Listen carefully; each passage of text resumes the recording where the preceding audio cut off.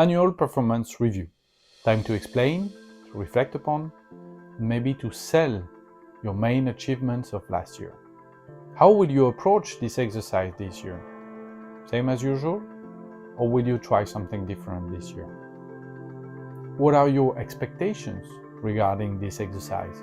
In the following video, I will give you 3 tips on how to prepare for your annual performance review. I am Julien Autier, the executive coach who has been in your shoes for 15 years in international organizations. The overall key message is be structured and strategic. Easy to say, but what does it mean in practice? Tip number 1, manage your expectation. Clearly define what you want to get out of this process. And keep in mind that not everybody will get a promotion. When you look at the sports world, making the right team decision, the right team selection for a coach is a real dilemma, because you have players on the bench who deserve to be on the pitch. And sometimes the difference between them is really thin. So it might not feel totally fair, but this is technically impossible for your manager to promote all the team members that he or she would like to be promoting. So be reasonable about your expectations.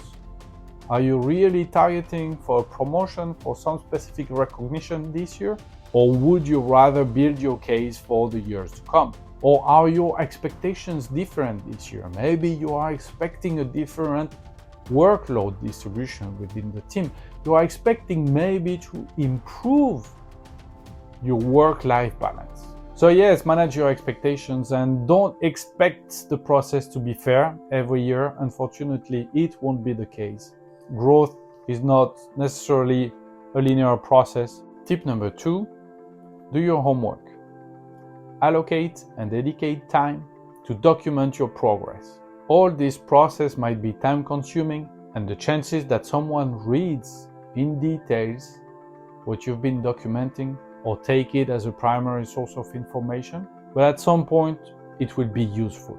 At the moment, the main purpose for yourself is to recall all the main achievements of the year, get clarity, what have you achieved, what makes more sense to your organization, and prepare your annual performance discussion with your supervisor. Tip number 3, get back to your initial annual work plan. Indeed, you might not remember all the details of your work plan because you built it maybe 12 months ago. Your supervisor won't.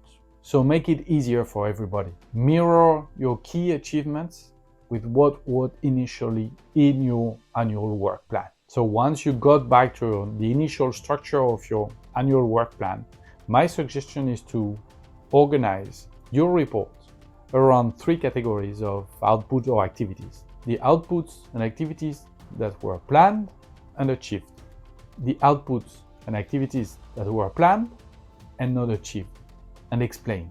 The activities and outputs that were not initially planned and you have delivered. All the activities and output that came up during the year and that might go under the radar at the end of the year if we don't report on them. So now you're ready to start the process of your annual performance review. And more will be coming in the next video. But first, manage your expectations. 2, document your progress. 3, stick to the structure of your initial work plan. So if you work in an international organization and you found that video useful, please like it, reshare, repost, and share it within your organization.